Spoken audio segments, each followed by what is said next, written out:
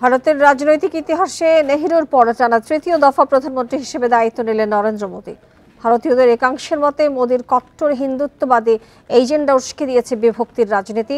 তবে অনেকেই বলছেন তার শাসন আমলে দ্রুত বৃদ্ধি পেয়েছে ভারতের অর্থনীতি।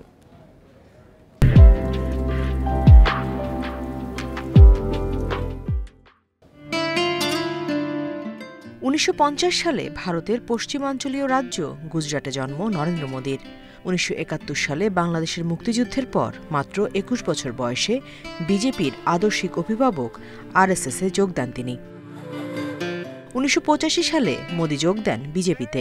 1988 সালে নির্বাচিত হন বিজেপির গুজরাট শাখার কার্যনির্বাহী সম্পাদক হিসেবে। 1995 সালে নভেম্বরে মোদী দায়িত্ব পান বিজেপির জাতীয় সম্পাদক হিসেবে। 2001 সালে গুজরাটের মুখ্যমন্ত্রী হিসেবে দায়িত্ব নেন মোদী। 2002 সালের গুজরাট দাঙ্গার মাস্টারমাইন্ড বলা হয় তাকে। এর জেরে মামলাও হয় তার বিরুদ্ধে। তবে 2013 সালে মামলা থেকে অব্যাহতি পান মোদী।